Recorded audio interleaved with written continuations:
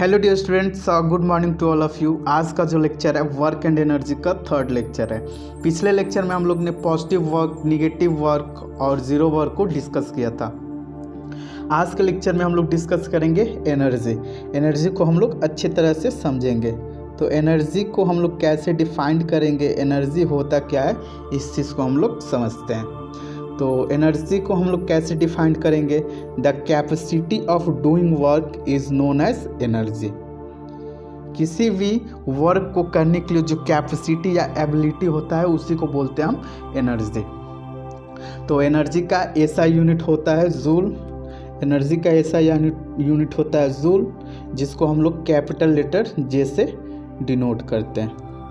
Energy को हम लोग समझने के लिए एक एग्जाम्पल कंसीडर करते हैं। मान लेते हैं ये कोई स्ट्रेट पाथ है, मीन्स रास्ता है, और ये दूसरा रास्ता है। ठीक है, दोनों रास्ता इक्वल लेंथ के है। ये भी लेंथ का है। ठीक, अब इस पाथ पे एक ब्लॉक रखा हुआ है और इस पाथ पे दूसरा ब्लॉक रखा हुआ है। दोनों सेम मास का है, मतलब 5 kg। ये भी 5 kg का है। ठीक है, अब दो हम बॉयज़ को कंसीडर करते हैं। एक जो है वो हेल्दी नहीं है, मीन्स इसको हम बोलते हैं पतलू है, और एक जो है वो मोटू है। मोटू थोड़ा हेल्दी है। ठीक है, अब ये क्या करता है, दोनों इस ब्लॉक को एफ फोर्स अप्लाई करके पुश करते हैं। एफ फोर्स, एफ पतलू और ये एफ मोटू। तो यहाँ पे इस ब्लॉक को कौन सबसे ज़्यादा दूर तक डिस्प्लेस करेगा? तो जाहिर सी बात है मोटू करेगा, क्योंकि मोटू के पास पावर क्या है, ज़्यादा है। मीन्स इसके पास काम करने का जो कैपेसिटी है वो इसके कंपेयर में क्या है, ज़्यादा है। तो इसका एनर्जी मोटू का एनर्जी पतलू से क्या होगा, ज़्यादा होगा। तो किसी भी काम को करने के लिए जो कैपेसिटी होता है उसी को हम लोग बोलते हैं एनर्जी।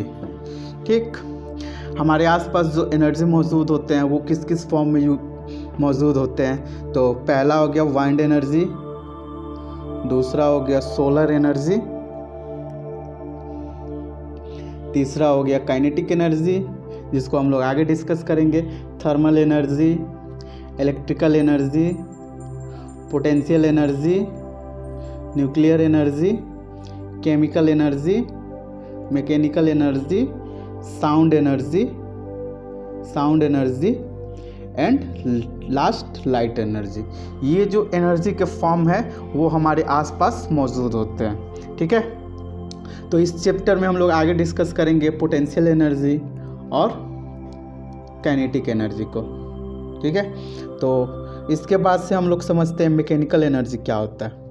मैकेनिकल एनर्जी क्या होता है? तो मैकेनिकल एनर्जी को हम लोग डिफाइन करेंगे, the energy which is produced by any object due to its motion और due to its position. Due to its motion और ड्यू टू इट्स पोजीशन।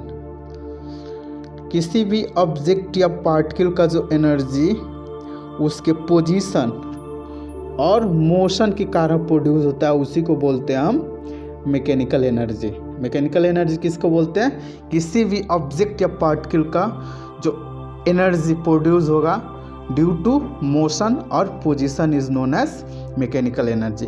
यहाँ पे हम पोजीशन के साथ साथ बोल सकते हैं कॉन्फ़िगरेशन, मतलब शेप साइज, जैसे स्प्रिंग के केस में हम लोग देखते हैं।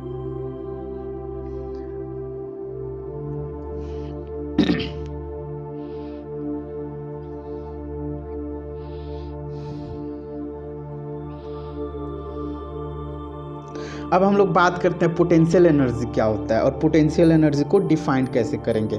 तो पोटेंशियल एनर्जी को हम डिफाइन इस प्रकार करेंगे, the energy which is produced by body due to its position is called potential energy.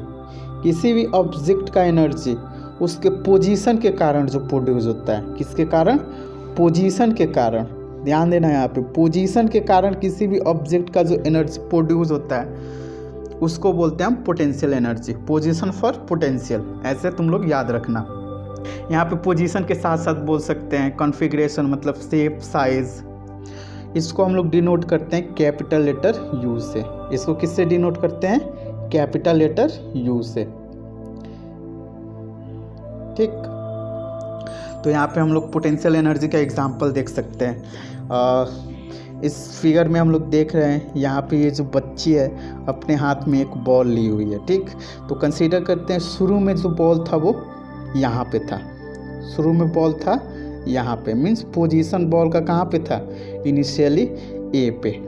अब ये इस बॉल को लेकर के कुछ हाइट एज तक लेकर के चली जाती है, हाइट एज तक। तो देखो इनिशियली बॉल कहाँ पे था?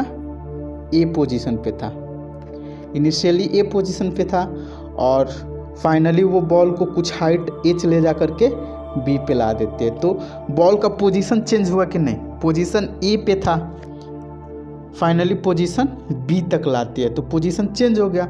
अब इसके कारण इस बॉल में एनर्जी प्रोड्यूस होगा, जिसको हम लोग बोलेंगे पोटेंशियल एनर्जी। जैसे हम लोग अपने घर में देखते हैं, जो टंकी में हम लोग पानी को ऊपर चढ़ाते हैं तो उसमें मोटर वर्क करता है, और मोटर का जो एनर्जी वर्क करके ऊपर ले जाता है वो कंजर्व हो जाता है किसमें? पोटेंशियल एनर्जी के फॉर्म में। इसलिए हम लोग नल को अपने घर में यूज कर सकते हैं। दूसरा केस हम लोग देखते हैं बॉ एंड एरो का केस, ठीक है। इसमें क्या होता है कि एक स्ट्रिंग बंधा हुआ रहता है, स्ट्रिंग, ठीक। शुरू में तो स्ट्रिंग हमारा कुछ इस प्रकार होता है ना, धनुष देखा होगा तुम लोग ने, स्ट्रिंग कुछ ऐसा होता है। अब जैसे ही इसमें ये तीर को लगा करके कुछ पीछे खींचा है, अब जैसे ही पीछे खींचा है तो ये स्ट्रिंग का पोजीशन, मतलब इसका पोजीशन चेंज हुआ कि नहीं? शुरू में यहाँ पे था, शुरू में पोजीशन कहाँ पे था? यहाँ पे था, और यहाँ पे खींच के लाता है। अब जैसे ही छोड़ता है तो यहाँ पे देख रहे हैं हम इसका पोजीशन चेंज कर देता है, तो पोटेंशियल एनर्जी इस एरो में प्रोड्यूस होता है, जिसके कारण धनुष को हम तीर को हम आगे भेज सकते हैं। जैसे हम लोग इस केस में भी देखते हैं, गुलेल के केस में, गुलेल के केस में भी हमारा ये क्या होता है? रबड़ होता है। रबड़ में कोई कंकड़ को बांध के हम पीछे खींचते हैं, मीन्स इसका पोजीशन चेंज करते हैं। पोजीशन चेंज करने की वजह से इसमें जो एनर्जी प्रोड्यूस होता है उसको कौन सा बोलते हैं? Energy, potential energy. अब हम लोग बात करते हैं काइनेटिक एनर्जी। तो काइनेटिक एनर्जी को हम लोग कैसे डिफाइन करेंगे? The energy which is produced by a body due to its motion is called kinetic energy. तो काइनेटिक एनर्जी क्या होता है? किसी भी ऑब्जेक्ट या बॉडी में जो एनर्जी उसके मोशन के कारण प्रोड्यूस होता है। किसके कारण प्रोड्यूस होता है? मोशन। काइनेटिक मतलब ही होता है मोशन। तो किसी भी ऑब्जेक्ट या बॉडी में उसके मोशन के कारण जो एनर्जी प्रोड्यूस होगा उसी को बोलते हैं हम काइनेटिक एनर्जी। जैसे हम बाइक चलाते हैं तो बाइक जब चलती है तो वो मोशन में आ जाती है, मीन्स वेलोसिटी में। बाइक का मास भी होता है, तो वो जब बाइक चलता है तो उसमें कौन सा एनर्जी होता है? काइनेटिक एनर्जी होता है, ठीक है। तो काइनेटिक एनर्जी का ऐसा यूनिट भी होता है जूल। एनर्जी का कहीं भी ऐसा यूनिट क्या होता है? जूल ही होता है। और काइनेटिक एनर्जी को हम लोग डिनोट करते हैं के। के मतलब काइनेटिक, ई मतलब एनर्जी। तो यहाँ पे हम लोग इस एग्जांपल से हम लोग समझ सकते हैं काइनेटिक एनर्जी को, दोनों को समझ सकते हैं, पोटेंशियल एनर्जी, काइनेटिक एनर्जी को। देखो शुरू में मान लेते हैं बॉल ग्राउंड पे था। बॉल कहाँ था? ग्राउंड पे, ठीक। अब इस बॉल को ये उठा करके अपने हाथ में लेती है, ठीक है। अब हाथ में लेने के बाद से ये बॉल को क्या करती है? कुछ हाइट तक। अब जैसे ही इसका पोजीशन ए से बी तक ले गई तो बॉल में कौन सा एनर्जी प्रोड्यूस हुआ? Potential energy. अब कुछ हाइट तक ले गई पोटेंशियल एनर्जी, जैसे ही रिलीज करेगी तो ये क्या होगा? बॉल नीचे की तरफ मूव करेगा। बॉल नीचे की तरफ मूव करेगा, मतलब बॉल मोशन में हो जाएगा। जैसे ही बॉल मोशन में होगा तो बॉल में कौन सा एनर्जी प्रोड्यूस हो जाएगा? Kinetic energy. तो बॉल जब यहाँ पे है तो इसमें कौन सा एनर्जी? प्रोड्यूस हो रहा है, काइनेटिक एनर्जी। और बॉल को जब ए से बी तक ले गए तो कौन सा एनर्जी प्रोड्यूस हुआ, पोटेंशियल एनर्जी मतलब पोजीशन चेंज होने की वजह से, और काइनेटिक एनर्जी मीन्स उसके मोशन के कारण जो एनर्जी प्रोड्यूस होगा। जैसे बॉब को ही हम देखते हैं, मान लेते हैं ये सिंपल पेंडुलम है, इसको यहाँ पे है, शुरू इनिशियली ये यहाँ पे है, इसको यहाँ पे हम लोग खींच के छोड़ते हैं तो ये बॉल क्या इधर आता है, फिर इधर मूव करता है, फिर मतलब अपने मोशन को पीरियोडिक करता है, मतलब एक निश्चित इंटरवल में क्या करता है, रिपीट करता है अपने मोशन को। तो देखो जब यहाँ पे था ऑब्जेक्ट तो मान लेते हैं यहाँ पे पोजीशन इसका क्या है, ए है, अब यहाँ पे बी है, यहाँ पे सी मान लेते हैं, तो ए से बी तक ले गए तो पोजीशन चेंज हुआ, तो पोजीशन चेंज होने की वजह से देखो कुछ हाइट तक ले गए हम, तो इसमें कौन सा पोटेंशियल एनर्जी, अब जैसे ही रिलीज करेंगे तो पोटेंशियल एनर्जी ऐसे मूव यहाँ पे करेगा तो किस में ट्रांसफ़र हो जाएगा, काइनेटिक एनर्जी में। किस में ट्रांसफ़र होगा, काइनेटिक एनर्जी में। अब जैसे यहाँ पे आएगा तो potential energy 0, kinetic energy maximum, फिर यहाँ पे ये अपने मोशन को रिपीट करता रहेगा। ठीक है, तो ये रहा हमारा पोटेंशियल एनर्जी और काइनेटिक एनर्जी। अब हम लोग काइनेटिक एनर्जी के फॉर्मूला को डिराइव करते हैं, derivation formula of kinetic energy. तो काइनेटिक एनर्जी के फॉर्मूला को डिराइव करने के लिए हम लोग जो यूज़ करेंगे वो वर्क का फॉर्मूला यूज़ करेंगे। तो हम लोग को पता है W इक्वल टू क्या होता है, F इंटू एस, या इसको हम लोग लिखते हैं W equal to F into D. यहाँ पे जो फोर्स F जो होता है वो फोर्स होता है, S क्या होता है, डिस्प्लेसमेंट होता है। तो यहाँ पे W इक्वल टू लिख लेंगे F के जगह M A और S। तो हम लोग F के जगह फार्मूला लिखे हैं वो न्यूटन्स के सेकेंड लॉ के अनुसार हम लोग जानते हैं F इक्वल टू क्या होता है, M A।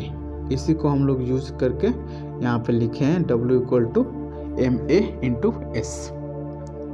यहाँ पे S को यूज़ करने के लिए हम इक्वेशन ऑफ मोशन को यूज करेंगे।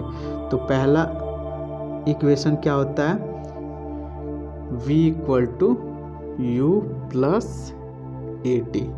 सेकेंड इक्वेशन ऑफ मोशन क्या होता है, S equal to u t plus half a t square. और थर्ड इक्वेशन क्या होता है, V square equal to u square plus 2AS।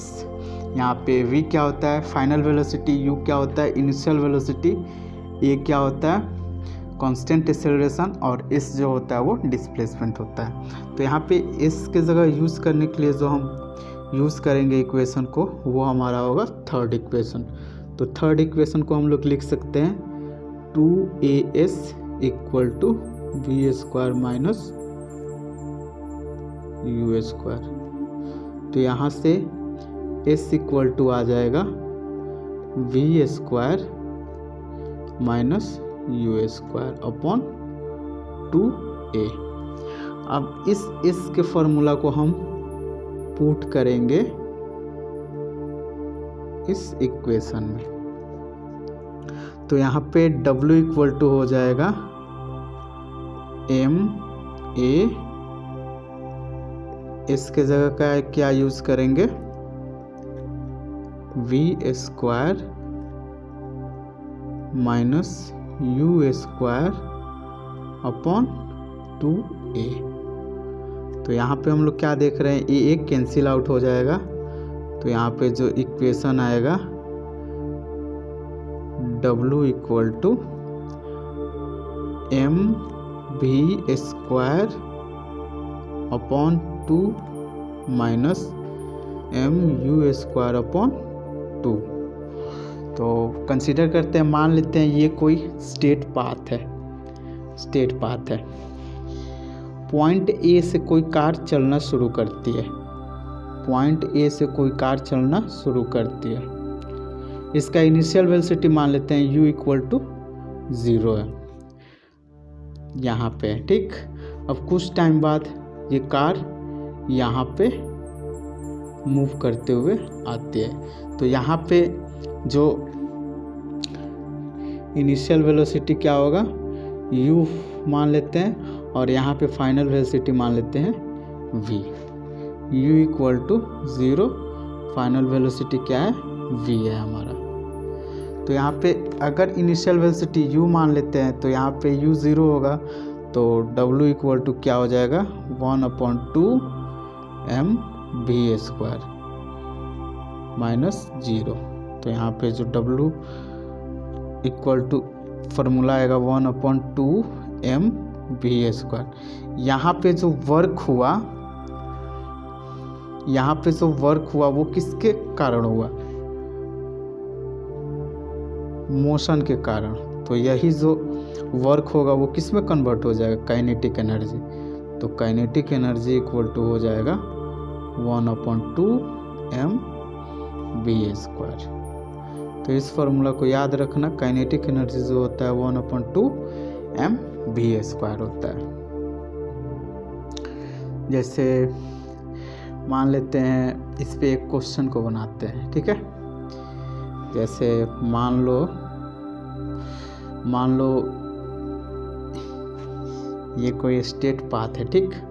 यहाँ पे कोई स्फीयर को हम फेंकते हैं वेलोसिटी v से, जो 2 मीटर पर सेकेंड है। अब इसका मास हम मान लेते हैं 3 kg। इसको 2 मीटर पर सेकेंड वेलोसिटी से फेंके हैं, मास इसका है 2 kg। तो यहाँ पे एनर्जी क्या होगा, काइनेटिक एनर्जी 1/2 mv²। मास की जगह है 3 और v² की जगह हो जाएगा 2 का स्क्वायर। तो काइनेटिक एनर्जी जो होगा वो होगा हमारा 2 से 2 कैंसिल आउट हो जाएगा 6 जूल। तो काइनेटिक एनर्जी 6 जूल। तो काइनेटिक एनर्जी फाइंड करने के लिए हम लोग को क्या चाहिए, एक मास चाहिए और एक वेलोसिटी चाहिए। काइनेटिक एनर्जी पे कुछ क्वेश्चन को सॉल्व करते हैं। तो पहला क्वेश्चन दिया हुआ है, an object of mass 15 kg is moving with uniform velocity 4 metre per second, what is its kinetic energy possessed by the object. Means इसको हम लोग फिगर से समझते हैं। मान लेते हैं ये कोई ऑब्जेक्ट है, ये कोई स्टेट पाथ है, इस स्टेट पाथ पे कोई ऑब्जेक्ट रखा हुआ है, अब ये ऑब्जेक्ट जो है वो 15 kg का है। कितने kg का है, 15 kg का है। और ये मूव कितने वेलोसिटी से कर रहा है, 4 मीटर पर सेकेंड। तो इसका काइनेटिक एनर्जी क्या होगा, इसका काइनेटिक एनर्जी क्या होगा, काइनेटिक एनर्जी हम लोग को फाइंड करना है।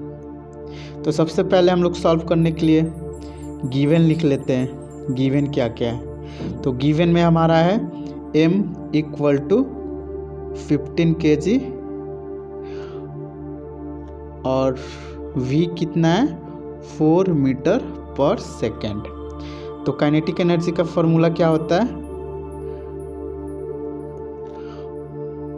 1/2 mv²। तो यहाँ पे काइनेटिक एनर्जी के लिए हम लोग को दो चीज़ चाहिए, एक मास और वेलोसिटी, दोनों चीज़ दिया हुआ है। तो 1/2 मास के जगह रखेंगे 5 और वेलोसिटी की जगह रखेंगे 4 का होल स्क्वायर। तो 1/2 5 × 16। तो यहाँ पे ये 2 × 16 कैंसिल आउट होगा 8। तो यहाँ पे काइनेटिक एनर्जी जो आएगा हमारा वो कितना आएगा, 120 जूल।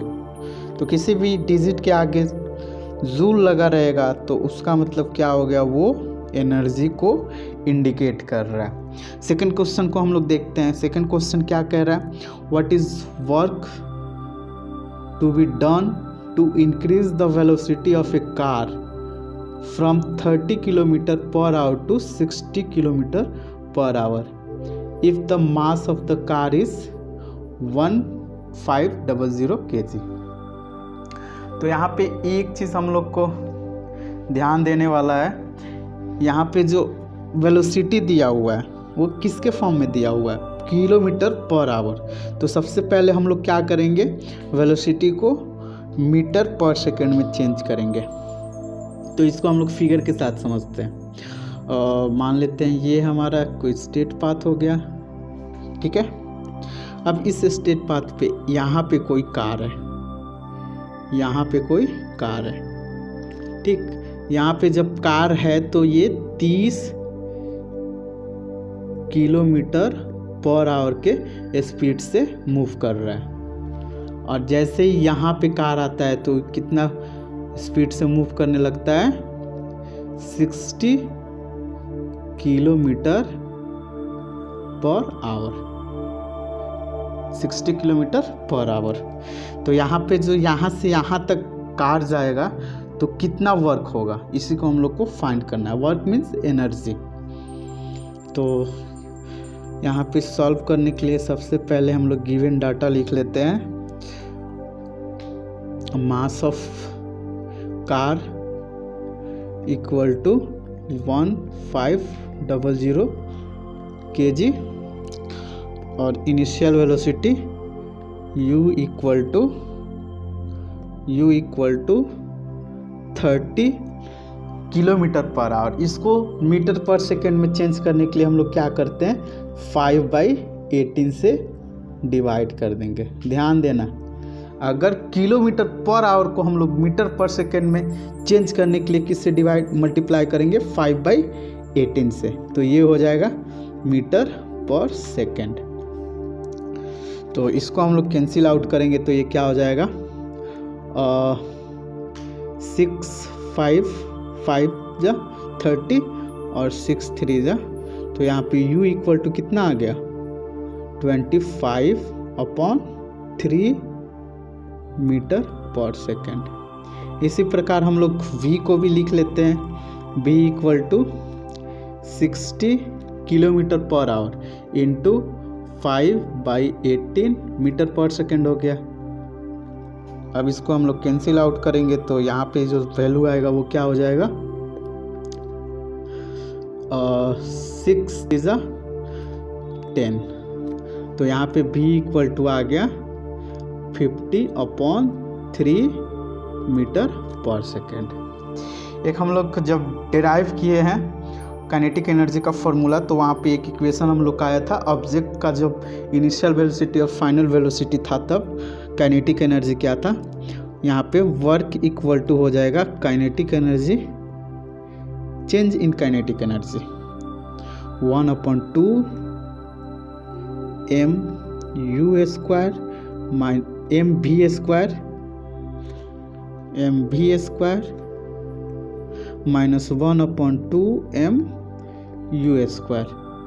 अब यहाँ पे हम डाटा को पुट करते हैं, 1/2 मास 1500 इंटू v स्क्वायर की जगह हम पुट करेंगे 50/3 का होल स्क्वायर माइनस 1/2 1500 इंटू 25/3 का होल स्क्वायर। इसको जब हम कैंसिल आउट करेंगे तो यहाँ से 2 कैंसिल आउट हो जाएगा, तो ये जो वैल्यू आएगा वो आएगा 750। सिमिलरली यहाँ से भी 2 कैंसिल आउट हो जाएगा तो 750। तो यहाँ से 750 इंटू 50 का स्क्वायर 2500 हो जाएगा अपॉन 3 माइनस यहाँ पे हो जाएगा 750 इंटू 25 का स्क्वायर 625/3। इसका वैल्यू मैं यहाँ पे लिखता हूँ, इसके आगे जो वैल्यू आएगा वो W इक्वल टू हो जाएगा इसको जब हम मल्टीप्लाई करेंगे तो वैल्यू आएगा हमारा 208,333.33 माइनस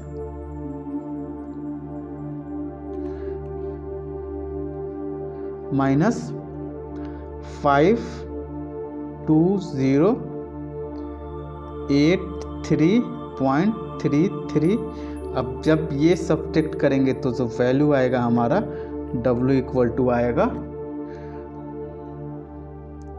W इक्वल टू जो वैल्यू आएगा वो हो जाएगा 156,250। तो जो हमें वर्क करना पड़ेगा वो कितना होगा, W इक्वल टू 156,250। ये हो गया हमारा जूल आंसर।